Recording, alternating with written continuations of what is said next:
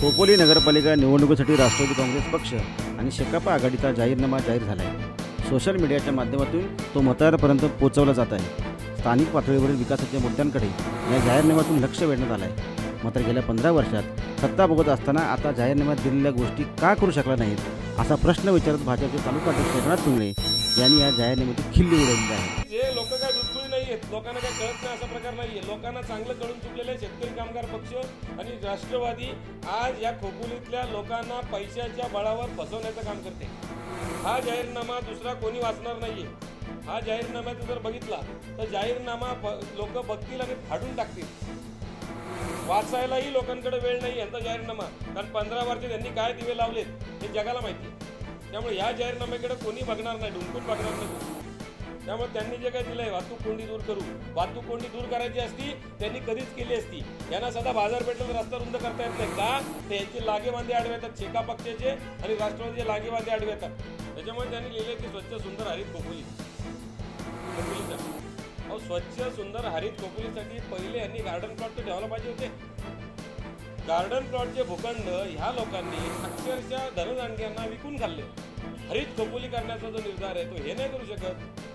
स्वच्छ खोपोली, हरित खोपोली, देशाला स्वच्छ करण्याचं काम नरेंद्र मोदी करतायत, महाराष्ट्राला स्वच्छ करण्याचं काम नरेंद्र मोदी फडणवीस साहेब करतायत।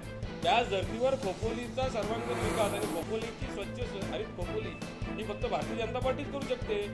हे काय आरोग्याचा प्रश्न सोडणार आहे? त्याच्यामध्ये यांच्याकडे कधी डॉक्टर असतो तर कधी स्ट्रेचर नसतो तर कधी यांची नर्स नसते, तर यांच्या कुठे ॲम्ब्युलन्सच बंद पडलेले असतात। ह्या सगळ्या सुविधांचा जर विचार केला तर मला सांगा उत्तम आरोग्य देऊ शकतात का? कारण वर्षाला 12 कोटी रुपये खर्च नगरपालिका करते रस्त्यांसाठी। तर या 12 कोटीमध्ये तुम्ही सांगा मला एक सगळ्यात उदाहरण महत्त्वाचं देतो की जो रस्ता टाकई फाटा सासगाव ते टाकई, हा सासगाव फाटा ते टाकई गाव हा फक्त किती मीटरचा रस्ता आहे? 200 ते 300 मीटरचा रस्ता आहे। या 200 ते 300 मीटरसाठी यांनी तब्बल 95 लाख रुपये खर्च केले मे महिन्यामध्ये आणि जुलै महिन्यामध्ये हा रस्ता उघडून गेला।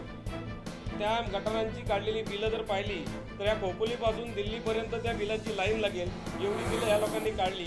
फक्त ती नावापुरती गटर तयार करायची, एक पावसाळा जेमतेम काढतात, ती तुंबली की पुन्हा ती गटर कोसळतात। हे चांगली गटर बांधू शकत नाही आणि खोपोलीकरांना या घाणीपासून सुटका करून देऊ शकत नाही। जर तुमच्या स्वभावातच पैसे खाणे, भ्रष्टाचार करणे, तर तुम्ही ह्या कागदावर उतरून काय फायदा त्या गोष्टी? जाहीरनाम्यात येऊन काय फायदा त्या गोष्टी?